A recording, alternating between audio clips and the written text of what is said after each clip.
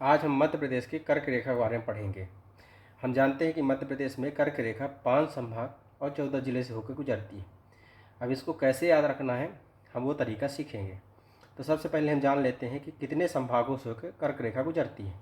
तो सबसे पहले हम देखते हैं, सबसे पहले उज्जैन संभाग आता है, उसके बाद भोपाल संभाग आता है, उसके बाद सागर संभाग आता है, उसके बाद जबलपुर संभाग आता है, उसके बाद शहडोल संभाग आता है।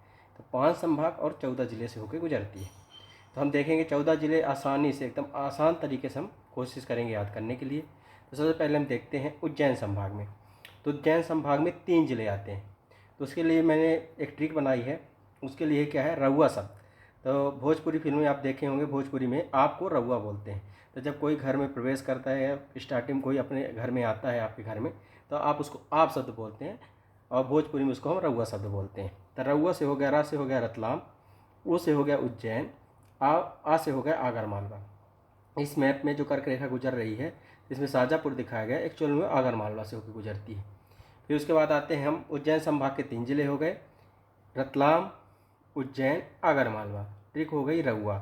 उसके बाद हम देखते हैं कि उज्जैन संभाग के 3 जिले। उसके बाद आते हैं भोपाल संभाग में। भोपाल संभाग में हम देखते हैं कि भोपाल संभाग के 5 जिले आते हैं। तो यदि आपको मैप अच्छे तरीके से याद है तो भोपाल संभाग के 5 जिले आपको याद रहेंगे। तो उसमें राजगढ़, सीहोर, भोपाल, रायसेन और बिरसा। तो भोपाल संभाग के 5 जिले। अब जो बचे शेष 3 संभाग, तो उनके 2-2 जिले आते हैं। तो हम आते हैं सागर में।